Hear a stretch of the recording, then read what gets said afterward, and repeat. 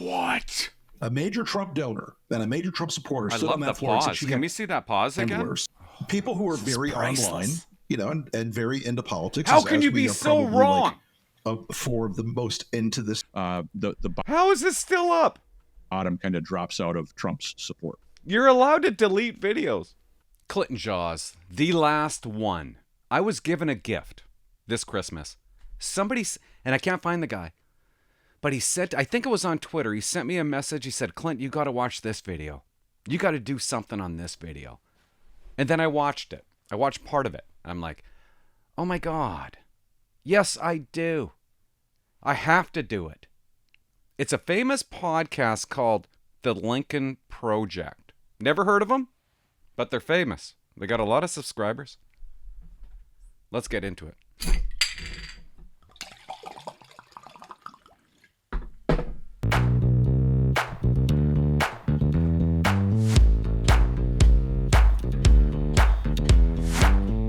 This recording is being put in the can on Saturday morning. Yeah, it's in the can, all right. Given that things have been so crazy, we could have any number of new incidents between now and Tuesday.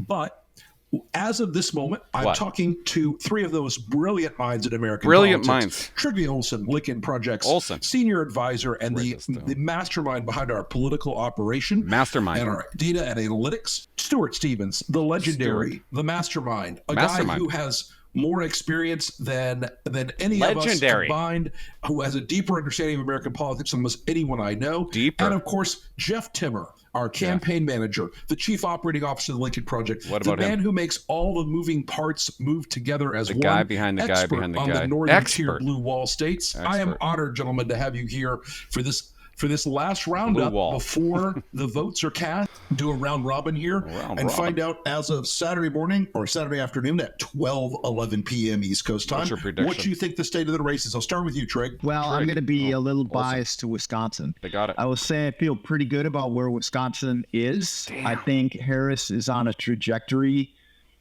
to probably win by more than the 20,000 votes that four of the last six have been determined by. 20,000 votes. There's a lot of energy, and you're seeing that in the polls here. A lot of running. I think Wisconsin looks really good. It's a shoe-in. Really good. Look, I think she's going to win by about the same margin that Obama won in 12. Oh, wow. Like 3.9. That's a big prediction. Particularly am watching North Carolina. He's a legend. Because it'll probably come in pretty early. She's got clean. She's got it. And she'll end up winning the race, not because she won North Carolina. It'll just mean that a bunch of other states on the bubble, like we've talked about before. Yeah. But what? I think she should win by a larger margin than Biden. I think I would agree with that analysis. I'm fairly bullish on what's going to happen on Tuesday and in the aftermath as everything is counted. Looking at Pennsylvania, at Michigan, at Wisconsin, it just really looks like as I dig down into the minutia of the numbers that everything points toward a Harris win in all three of those states. When Trump loses North Carolina, and he's going to have to run about 12, 15 points ahead of Mark Robinson in order to win the state. Nice drapes, that's something that is going to be somewhat of an undertow for him. It's when he loses North Carolina, that's an indication that he's going to lose the rest of the states that come in that night, or most of them.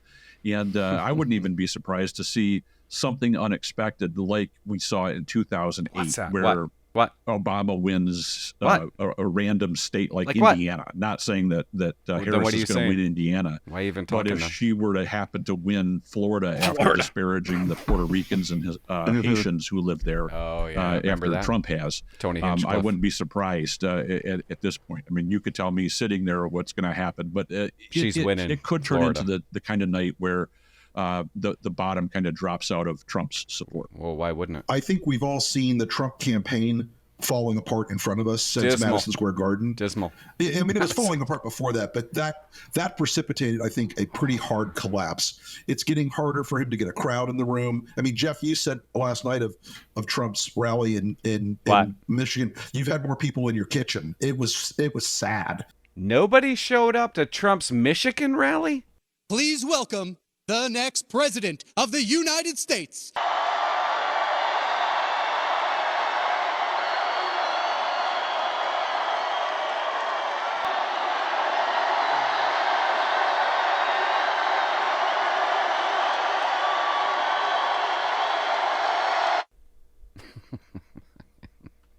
I can't believe I'm watching this.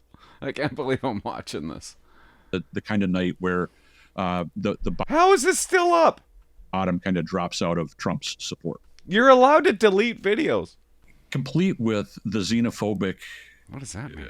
rhetoric. I'm going to have to Google that one. The so-called comedian went out there and did more damage to Trump's campaign. Kill Tony. Hard to believe, saying that Trump has managed to do himself. Yeah. That's where the Trump campaign began. When he ends up losing on Tuesday, that was the beginning of the end, Right to there. put that exclamation point on his loss.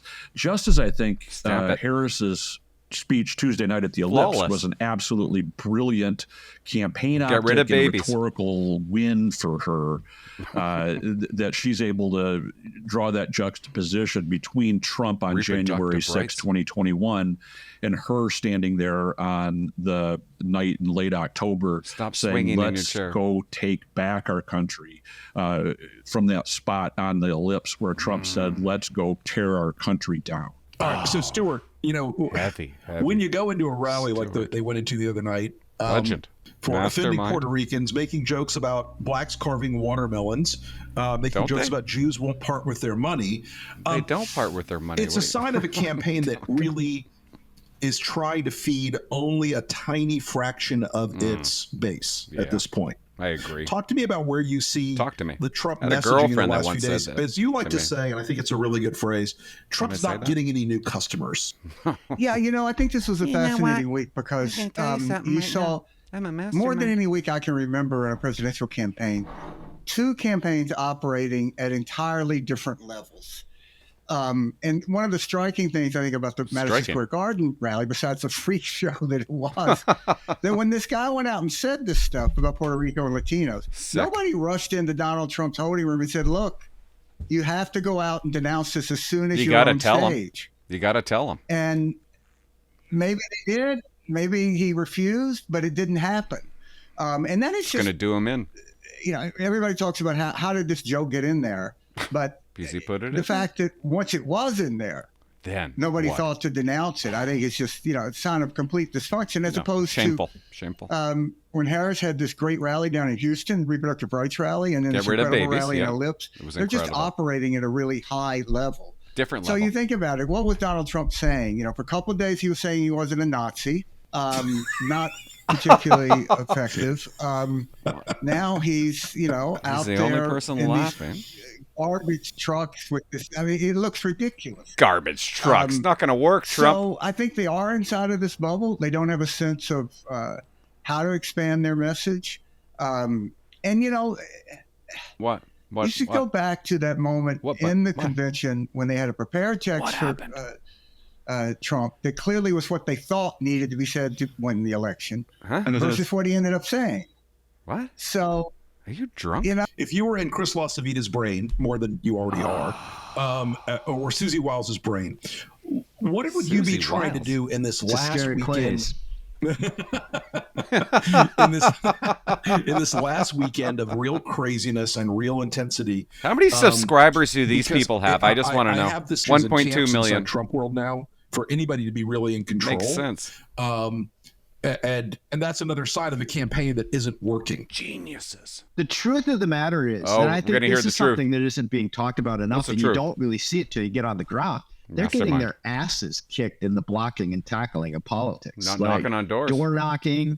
Like the Democrats are all over it. They've got more energy. Guys, you got to I had knock a on friend doors. from college who I didn't, I'm not that close with, who reached out to me Then and he's said, not your "Hey, I friend." know you're in politics. I went and knocked on doors today." Wow. And for Harris and Baldwin, and What later in the happened? day, a Trump person came up my driveway and realized that I was backing Harris, and my husband and I were standing there talking to him. He was from Florida, and he admitted to us he wasn't even going to vote for Trump. Nobody is. And said that there was nobody in the neighborhood. He said Nobody the in neighborhood the was neighborhood. supposed to be Prague territory, which it should be. No She's one winning was supporting Florida. Trump in the neighborhood. This is upper middle class. Oh. I just think Chris and Susie realize where this Chris is and headed. And Susie. Chris and Susie have a lot of other business to protect. Public affairs work, corporate work, and other stuff. Nice They're glasses. not going to want to take the blame for Madison Square Garden. And they're already positioning themselves on it.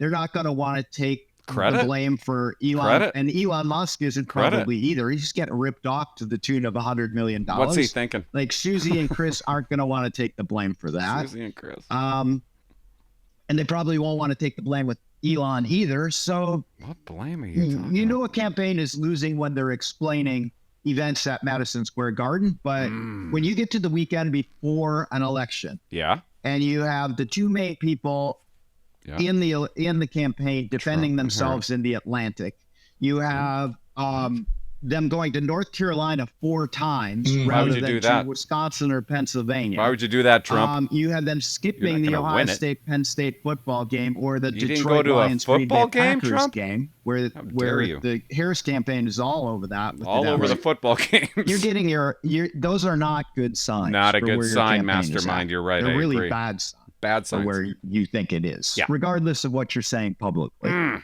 So, Jeff, hit the nail on the head. You have been a guy who knows the operational workings of campaigns very, very well. He's the an expert. logistical interior of it, matching the strategic objectives up. Oh, wow.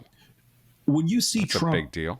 Going to Virginia, New Mexico, and backing and filling in North Carolina, when these blue wall states are clearly where the fight is. Because, as we all know, if she wins Pennsylvania, Michigan, Wisconsin, he has to run the board and hope for miracles. That's not going to work. Not going to work. So talk to me about talk to me. How this how disconnected from strategic reality they are in this last weekend. Sure. The one resource that everybody has an equal amount of is time. And how you use that time matters in a campaign because you can't get it back. There's a finite amount. Your candidate can only be in so many places. And the fact that they're squandering any of that time in places, I don't know whether they think they're doing a head fake or what on earth they think they're doing, whether it's Trumpchella in California or Madison Square Garden or going to Salem, Virginia today or going to Albuquerque, New Mexico this week. Those are days that they can never get back. Those are critical touchdowns. Sorry, Trump, you're not going to win. These you blew states that you're going make to the a wrong difference places. with the enthusiasm in those areas. And I think that's why we're seeing kind of these dwindling crowds with the Trump rallies. The enthusiasm is just dropping off the charts, and they're trying to recreate that. If I'm the Harris campaign, I'm looking at this as a gift. I'm not suddenly thinking, boy, what should we be seeing in New Mexico that we're not seeing? On Hispanics, it's going to be way under what Bush got in 2004, 36% maybe, 35. Mm-hmm. But, that starts getting to be a very squirrely number because Hispanics are self-identifying. Trump's coalition was 85% white in 20. I think at the end of the day, it's going to be close to the same. Interesting. I think that's right. I do think. Rick, can I point out one thing that isn't going to revert back to the mean? College-educated women in the suburbs. That is not going to revert back to the mean. Truth of the matter, and college-educated, quite frankly, college-educated white guys in the suburbs too. Yep. And the truth of the matter is, so for example, in the Marquette poll, which is the gold standard here in Wisconsin, gold standard just came out. Harris is running about 4% higher amongst college-educated white men in the state of Wisconsin than Biden did last time. That's a huge deal. Massive. He needs a sausage fest to happen today of non-college educated white guys, dudes showing up who are in their 20s and 30s. He's not going to have that. And they're the least reliable voters on the planet. No kidding. Joe Rogan fans? Right? They got other things to do. Go drink beer, go to work, chase girls. Like, they got stuff going on. They're not interested in politics. I love these kids. This election is mainly going to hinge on Pennsylvania, and right now it's not looking good for Harris. I think Trump's going to win. Well, the reason why I don't think Kamala got my vote is because I feel like everything she does is pretty phony. So if that trend continues, we're not looking at just victory. We're looking at a wipeout. How old are you? You're with the young Republicans. I'm 28. And to be honest, he's being honest now. You look at Harris's events, whether they're in Philly or in Detroit or in Milwaukee in the last couple of days versus Trump, she's packing them And I don't get the sense, to Stuart's point, that there's fall off in the African American community. In fact, I think there's energy. Yeah, I think that's right. And I think some of the things that we're seeing, people who are very online, and very into politics. How can you be so wrong? For the most into this sort of world and that you can get to.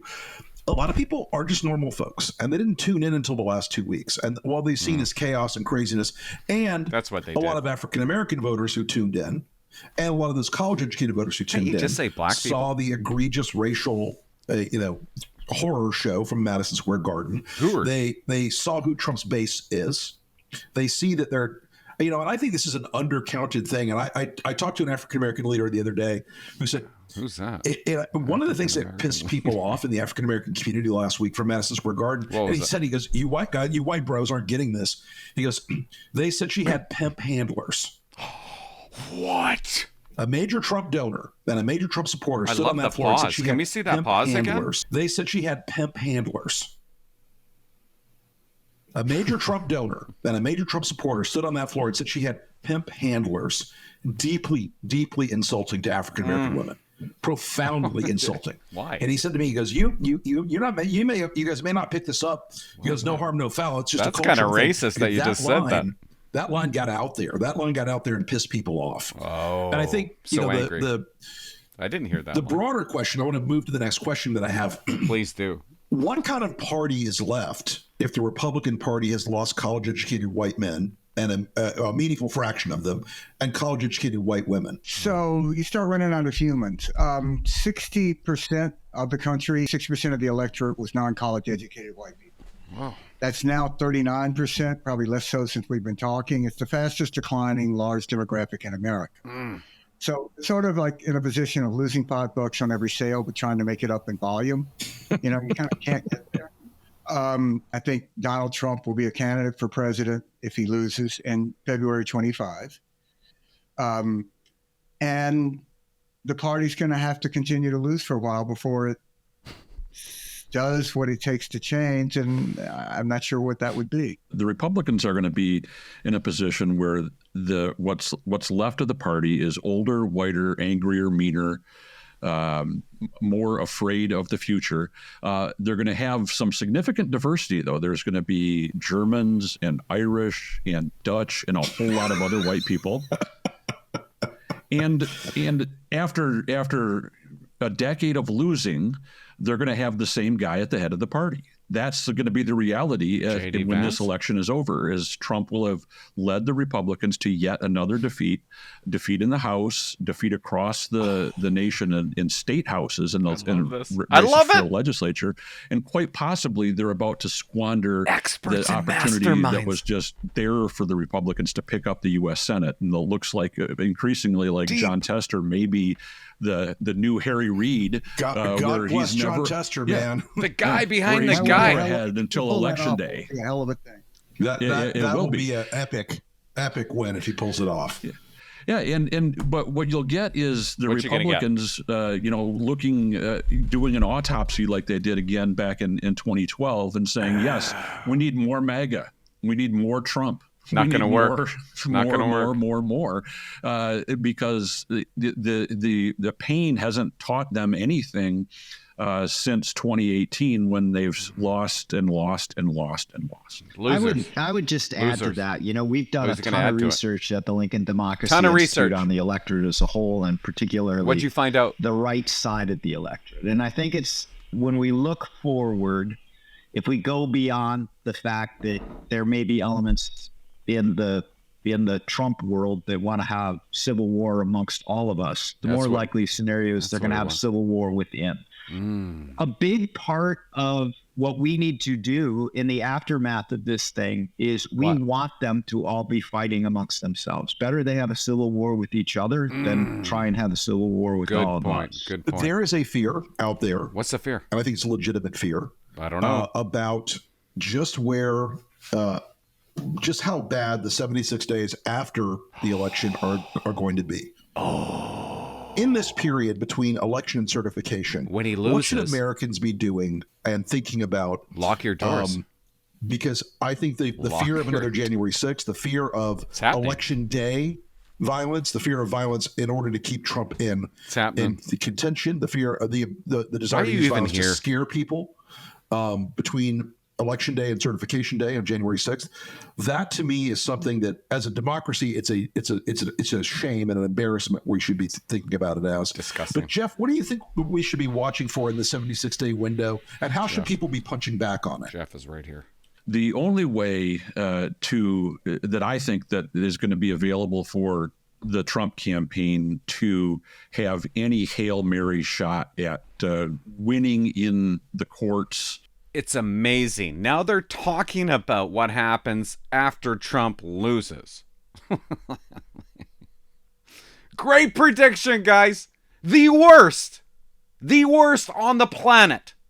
And yeah, I just spat. So we'll know real quickly if they're going to have any legitimate path to stealing this election. If votes, if say the you stupid it would bitch. You're killing me. As if the Spit seal was taken off a ballot box or a voting machine. Right. Right. If they were unable to, is there terror cell actions that could then feed into then the rest of the mob storming the doors? If he wins quickly and North Carolina gets called quickly, we need to be really on guard that Donald Trump stands up at around 10:30 tonight and says, 10:30? I'm winning in Wisconsin, Michigan, and Pennsylvania. Better not do that. They're going to try and steal it from me in Philly, Detroit, and Milwaukee. Patriots need to go stop the count. If we see that happening, we should have sirens going off. Mikhail Hodorkovsky was the richest man in Russia. There was a lot of hope in America and elsewhere that Putin would take if that's the route he goes. Yep. Stuart? Look, I think that the period between the election and the 20th could be the most volatile period since the Civil War. Is it going to be a war? We throw in there some point, couple of weeks, 3 weeks after the election, he gets sentenced. Is it 26th or something? He's going to jail. I believe it is 26th. 26th. Yeah. He's going to jail. So who knows what's going to happen there? But you can imagine if he's sentenced to prison time. Well, of course. What that reaction would be like. Unacceptable. I think that the whole, it's a scenario that Americans would just shudder at. National Guard called out. I'm shuddering. And it would be just a terrible time for the country. I don't know, Rick, if you even saw like a dirty horror. The DOJ says that they're sending monitors into like 80-some cities around the country. Wow. Including not just the battleground states, but places in Florida. And I saw that Ron DeSantis went out and said, Trump will declare victory regardless tonight. He's going to say he won. It doesn't matter if she's got 400 plus electoral college votes. He's going to say that he won. Which she's going to get. It really is going to come down, I think, to the state governors. But in a lot of these states where the Lincoln Project folks and the people in this on this podcast right now, folks, should take a lot of credit for the strategy that Jeff and Trigg developed in 2020 that we were going to go after really key races in these 2022, key races in these swing states, where we were going to make sure they didn't have Mark Fincham as Secretary of State in Arizona, who told us he would preemptively. They're not even Trump trying. That we didn't have in places like Michigan and Wisconsin, governors who would be stuck with. He needs an ear massage. Partisan secretaries of state. On the He's Republican massaging side, his ear right now to do the same kind of thing. That is an investment we made in 2020. That we put a lot of resources in. We won 7. When I get out to talk to average people, what happens? And listeners should know this, the amount of appreciation that there is for the Lincoln Project amongst average rank and file people. Geniuses. I was with a group last night of you guys did a really good 15, 20 prominent people in Green Bay who had just gotten back from knocking on doors. They came out because they're fans of the Lincoln Project. You guys are credible. And it was so moving because you nailed we are what the you just said. majority in this country, and in the places where we've engaged, they understand that the Lincoln Project and all the people who listen to this podcast and the people who engaged have made a difference. Because the thing you have to understand about those suburban guys and women in Wisconsin that are breaking more towards Harris than they did for Biden We have literally had a nonstop communication with them in Michigan, Wisconsin, Pennsylvania, and Arizona since 2020, really. And that is starting to pay dividends. You know, it's funny. I've been hearing from a lot of Republicans in the last 2 weeks, 3 weeks, but privately they're like, well, going to cast a vote for her. Don't tell anybody. My God, we've got to get this over with. That sense That's a bad sign from Republicans who now have permission. By the end of tonight, a third of the Republican Party is going to be breathing a huge sigh of relief. Yes, and we have to precipitate a fight between that third and the MAGA third. Absolutely. Absolutely. Well, guys, we'll take a nap on Wednesday. Yeah. We'll take a nap on Wednesday and then get about that fight.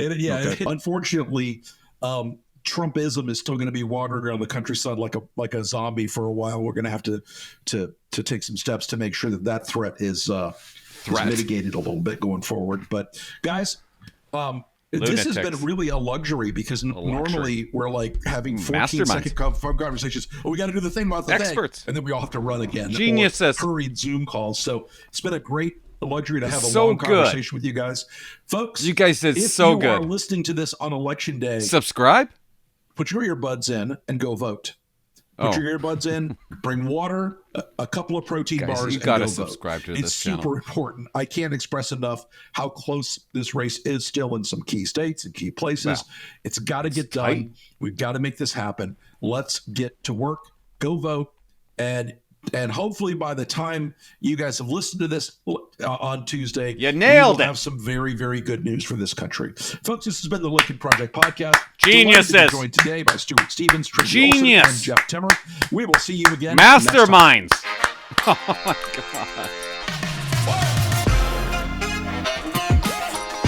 God. Rick Wilson, Philip German, Ben Howe, Jeff Taylor.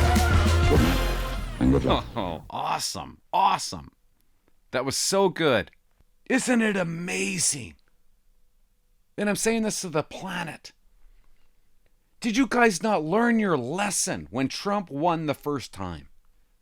He should have won the second time. We all knew that. But COVID happened. And they had mail-in ballots. I don't know. I really hope, I pray, and I'm not religious, but I might pray, that the same thing that happened in America happens in Canada. What's that?